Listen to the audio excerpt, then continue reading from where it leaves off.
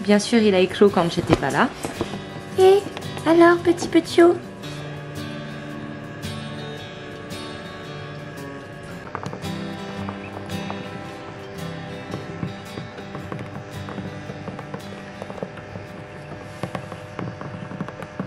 Bon, on est à 3 canetons. On est au 28e jour. Oui, je suis là, je vais t'aider. Je vais t'aider, oui. On va sortir de la coquille. Alors celui-ci, il avait besoin d'aide. J'en ai aidé un autre tout à l'heure et celui que j'ai aidé tout à l'heure, lui, il a réussi à sortir tout seul de sa coquille. Celui-là, c'est pas le cas. Donc je viens avec une pince à épiler et j'essaie de... Voilà, vous voyez, il devrait arriver normalement à finir d'éclore tout seul. Il suffit que je le sorte encore un petit peu. Vas-y, tu peux le faire, mon petit. Tu peux le faire. Oui. Oui, tu peux le faire. Vas-y. Voilà. Je vais t'aider. Hop là. Alors, on sait qu'on peut intervenir quand on commence à décoller un peu de coquille. Et que sur la membrane, donc le tissu qui se trouve entre le caneton et la coquille, on peut voir si le système vasculaire est toujours rattaché à la coquille. Si vous voyez des vaisseaux sur la membrane, il faut pas intervenir. On n'intervient que quand le système vasculaire s'est détaché de la coquille. Et voilà! Et voilà! Et voilà! Voilà! Voilà! Voilà! Voilà! Ah!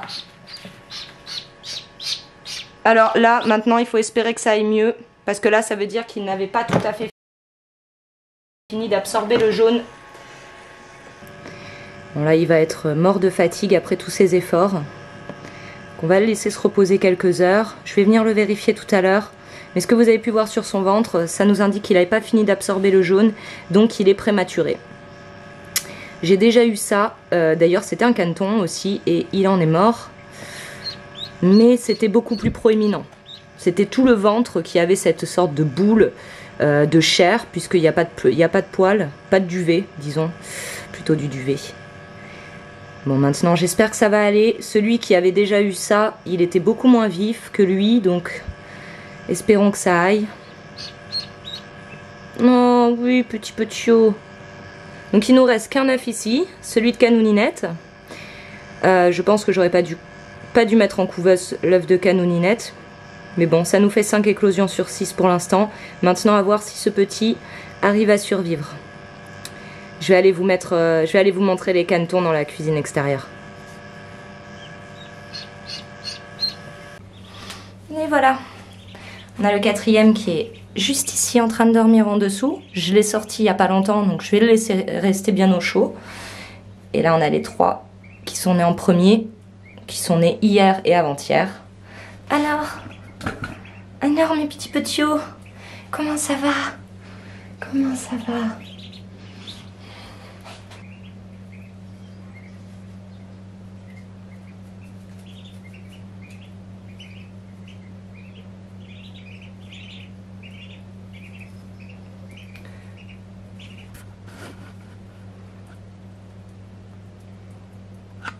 Pour l'instant, ils n'osent pas manger dans la gamelle encore. Je leur mets de la nourriture sur les copeaux directement.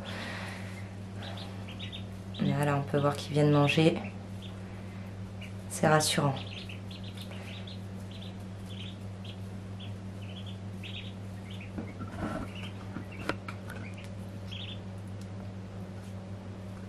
Ah, ça y est, il y en a un qui mange dans la gamelle enfin. Bonne nouvelle.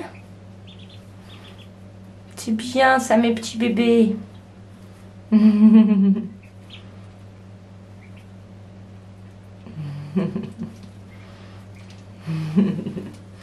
Alors les canetons, c'est des bébés, hein. Donc on veut surtout pas leur mettre suffisamment d'eau pour qu'ils puissent se baigner dedans. Les canards, normalement, on leur met des bacs d'eau, mais pas les canetons. Parce qu'ils pourraient se noyer, et en plus, en ce moment, ils pourraient attraper froid, ils sont encore trop jeunes.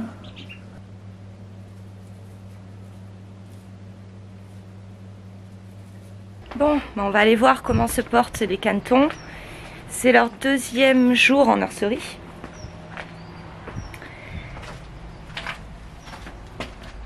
Coucou les poussinous. Bonjour les poussinous. Ah, ils ont une petite lampe de chevet.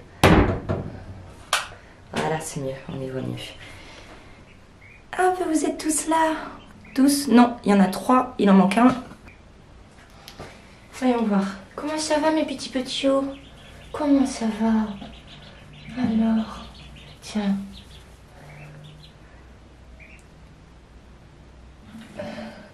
Je vais éviter de faire tomber ça. Voyons voir. Tout va bien toi? Voilà. Oh dis donc, t'es bruyant. Voilà le dernier né là. Eh, coucou toi. Alors lui, j'ai dû l'aider à éclore. Et ça s'est très bien passé pour lui. Non, que t'es mignon toi, dis donc. Vous êtes tous très mignons. Allez, je vais vous donner de l'eau fraîche. Alors, attention. Voilà.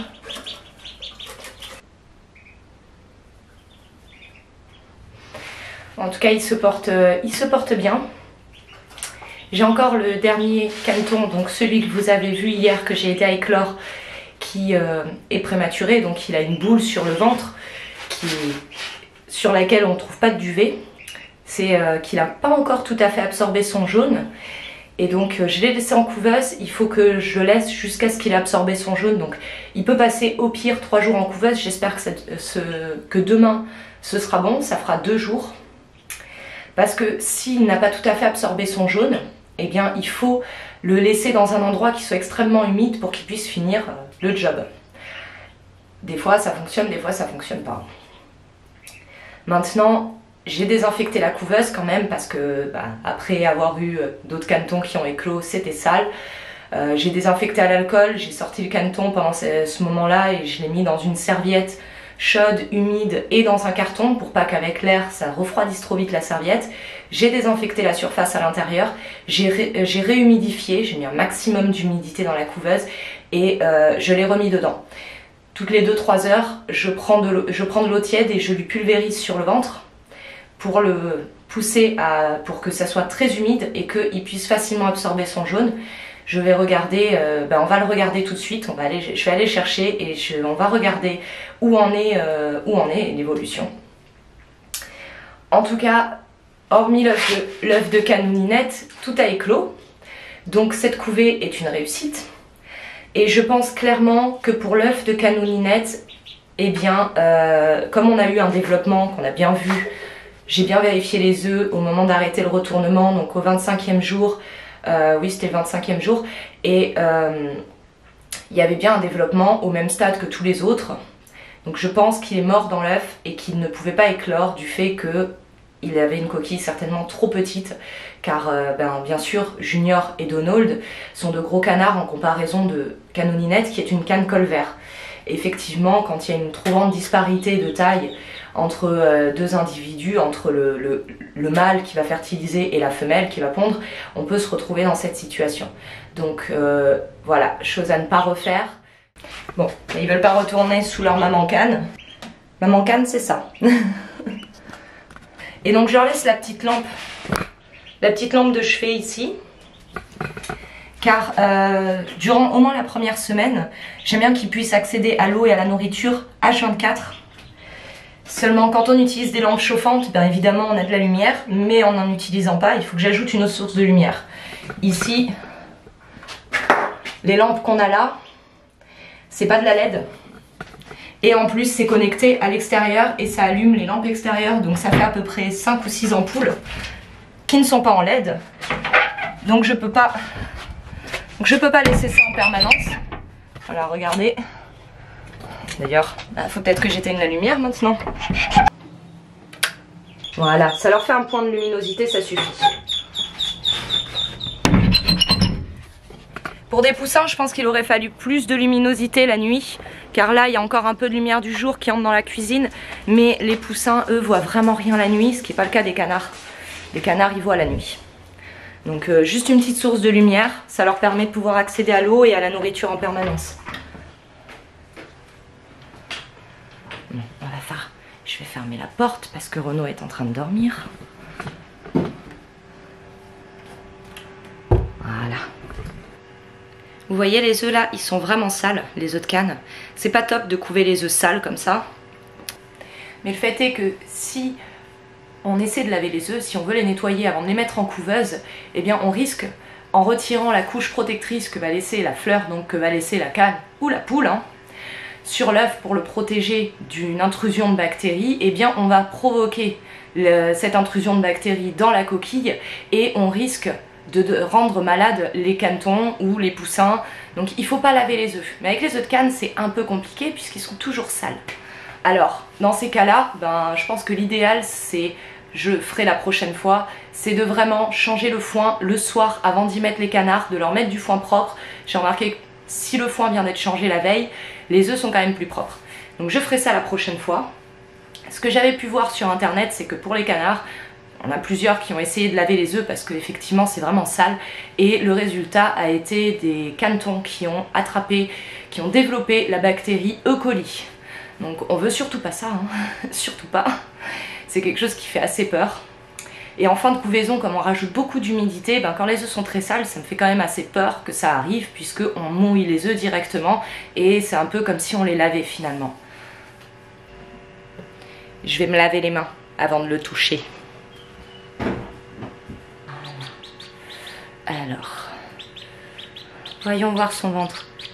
Oh, regardez, on voit plus donc cette boule que je vous montrais hier, qui était tout en bas du ventre. On la voit plus, il a fini par absorber son jaune. Donc il va bien. Tu veux bien, petit O?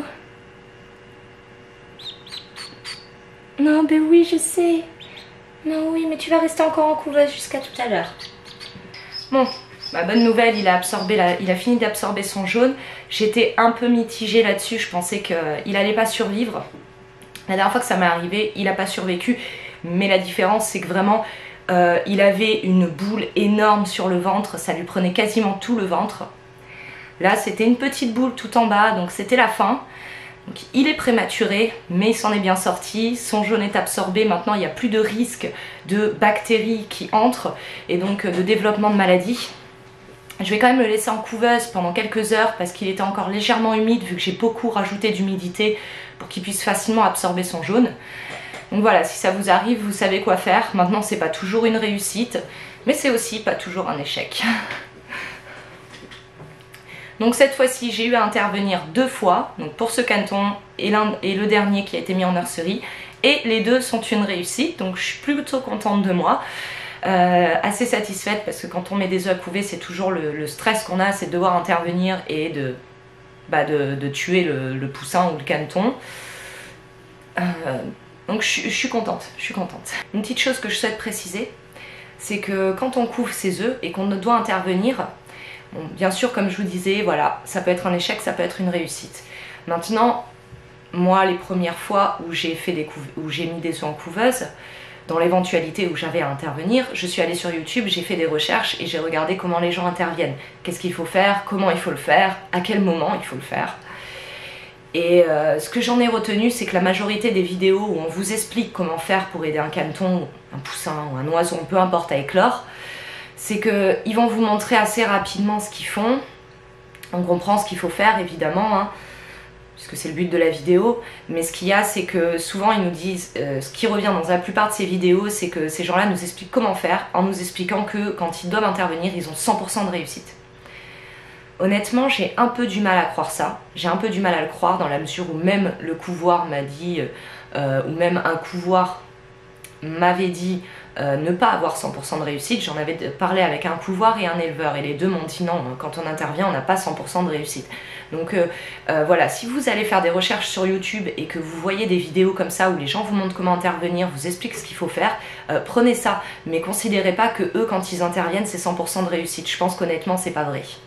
Et je tiens à signifier que c'est voilà, c'est pas la réalité, parce que YouTube c'est génial, on apprend énormément de choses, mais on apprend aussi beaucoup que les gens sont à 100% dans la réussite en permanence et que tout ce qu'ils font c'est une réussite, c'est l'abondance, voilà. En réalité c'est rarement le cas. En réalité, il y a autant d'échecs que de réussites, voire parfois il y a plus d'échecs que de réussites. Mais le peu de réussite qu'on a, on est tellement fiers qu'on continue et on s'améliore. Mais quand les gens viennent vous montrer quelque chose et vous dire qu'ils sont dans la réussite à 100% et ceux du premier coup, et qu'en fait ça paraît tellement facile et tellement évident pour eux, que quand nous on reproduit la même chose et qu'on est dans l'échec, on a tendance à se dire qu'en fait on n'en est pas capable. On n'en est pas capable, on n'a pas compris, on ne sait pas comment faire, on n'est pas bon, on est mauvais. C'est pas le cas, c'est pas le cas. C'est juste que c'est... Il y a beaucoup de gens qui ont du mal à parler de leurs échecs, qui considèrent que les réussites sont plus importantes. Moi, à ce niveau-là, j'ai plutôt une pensée inverse. Je pense que les échecs sont plus importants à noter que les réussites.